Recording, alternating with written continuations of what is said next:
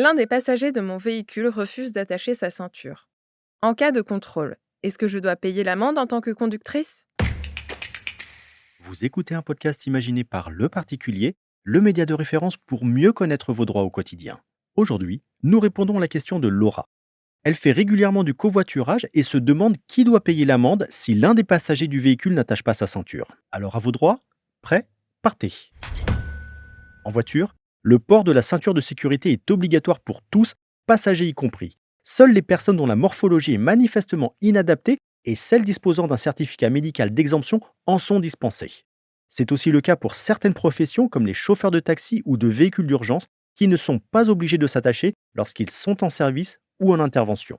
Hormis ces cas, le conducteur d'un véhicule qui n'attache pas sa ceinture de sécurité encourt une amende de 135 euros et 3 points de retrait sur son permis de conduire.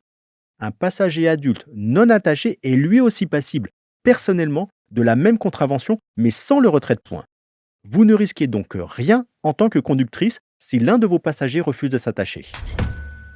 Et si c'est un enfant qui n'attache pas sa ceinture de sécurité? Pour vos passagers mineurs, la situation est différente. Il est de votre responsabilité de vous assurer qu'ils sont bien attachés et que les plus jeunes sont retenus sur leur siège par un dispositif homologué. À défaut, vous êtes passible d'une amende de 135 euros par enfant non attaché.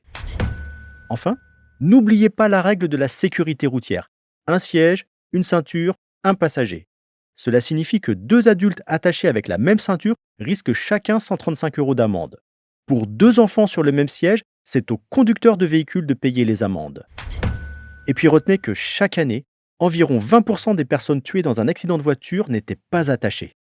La ceinture de sécurité est bien sûr obligatoire, elle est surtout nécessaire.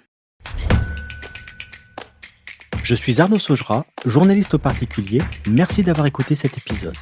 Si ce podcast vous intéresse, vous pouvez également retrouver toute l'actualité patrimoniale sur notre site leparticulier.lefigaro.fr.